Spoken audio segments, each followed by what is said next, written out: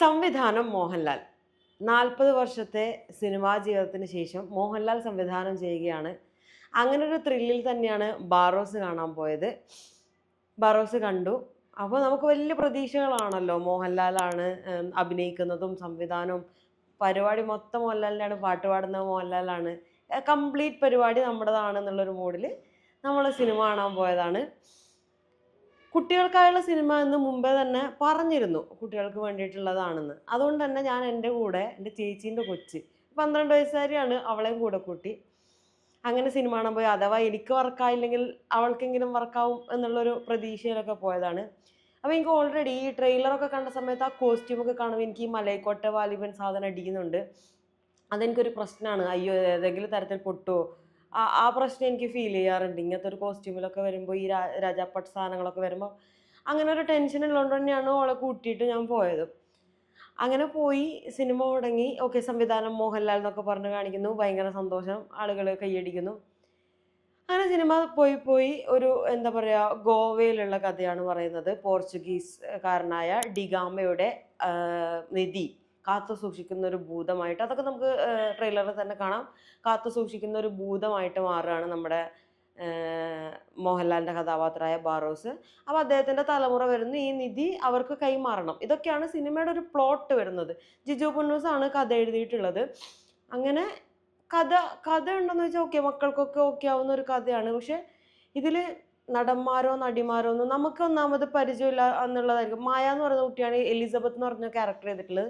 ഇവർ രണ്ടുപേരാണ് ഈ സിനിമയുടെ നട്ടല്. മായ തന്നെയാണ് സിനിമയുടെ മൊത്തത്തിൽ, കംപ്ലീറ്റ് മായയിലൂടെ തന്നെയാണ് നമ്മൾ ഈ സിനിമ മൊത്തത്തിൽ കാണുന്നുള്ളത്. അങ്ങനെ ഒരു സിനിമ. പിന്നെ ഇതിൻ്റെ എന്താ അറിയാത്ത കുറേ ആൾക്കാർ, ഇവരുടെ ഒരു എന്താ അമച്വർ ഫീൽ ഉണ്ടാവില്ലേ നമുക്ക്, ഒരു ഇത് ആയിട്ടില്ല എന്ന് തോന്നുന്ന.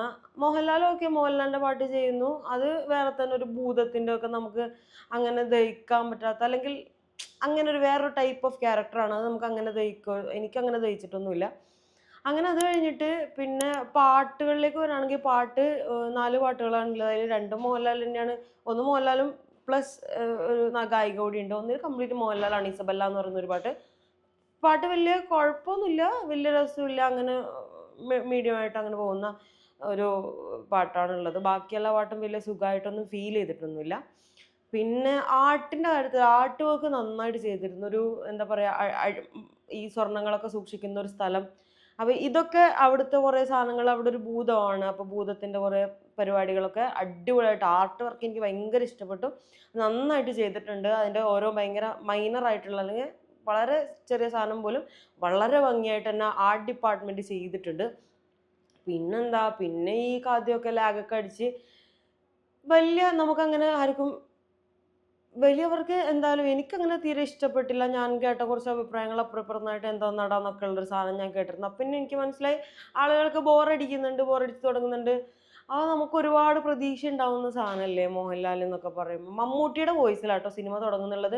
മമ്മൂട്ടി ഇങ്ങനെ സിനിമേനെ പറ്റി എന്താണ് ഇതിൻ്റെ കഥ എന്ന് വിവരിക്കുന്ന ഒരു വോയിസിലാണ് തുടങ്ങുന്നത്. നല്ല രസമുണ്ട് കേൾക്കാനൊക്കെ.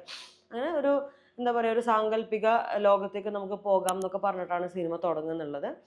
അങ്ങനെ പോയി അങ്ങനെ അവസാനം ക്ലൈമാക്സും ഇത് വലിയ കഥയില്ലാത്തതുകൊണ്ട് ഈ നിധി ഏൽപ്പിക്കുക എന്ന് പറയുന്നൊരു പരിപാടിയിലേക്ക് തന്നെയാണ്. അതിൻ്റെ ഇടയിൽ ഈ കുട്ടി മായ എന്ന് പറയുന്ന ഇസബല്ല എന്ന് പറയുന്ന ക്യാരക്ടർ കുറച്ചൊക്കെ എവിടെയോ ആപ്റ്റ് അല്ലാത്ത പോലെയൊക്കെ എനിക്ക് ഫീൽ ചെയ്തു. ഇതിൽ മറ്റാരും വലിയ പ്രധാന കഥാപാത്രങ്ങളൊന്നും അല്ല, ഇവർ തന്നെയാണ്. അപ്പോൾ എവിടെയൊക്കെയോ ഒരു ആപ്റ്റ് അല്ലാത്ത പോലെയാണ് എനിക്ക് ഫീൽ ചെയ്തത്. അഭിനയിക്കാൻ ഒരു എന്താ പറയുക, അതിലേക്ക് അങ്ങ് ഇറങ്ങിച്ചെല്ലാത്ത, എവിടെയൊക്കെ ഒരു പേടിയൊക്കെ നമുക്ക് തന്നെ ഫീൽ ആവുന്ന അങ്ങനെ ഒരു കുട്ടിയെ, അത് ആ ഒരു ക്യാരക്ടർ അങ്ങനെയാണ് ഫീൽ ചെയ്തിട്ടുള്ളത്.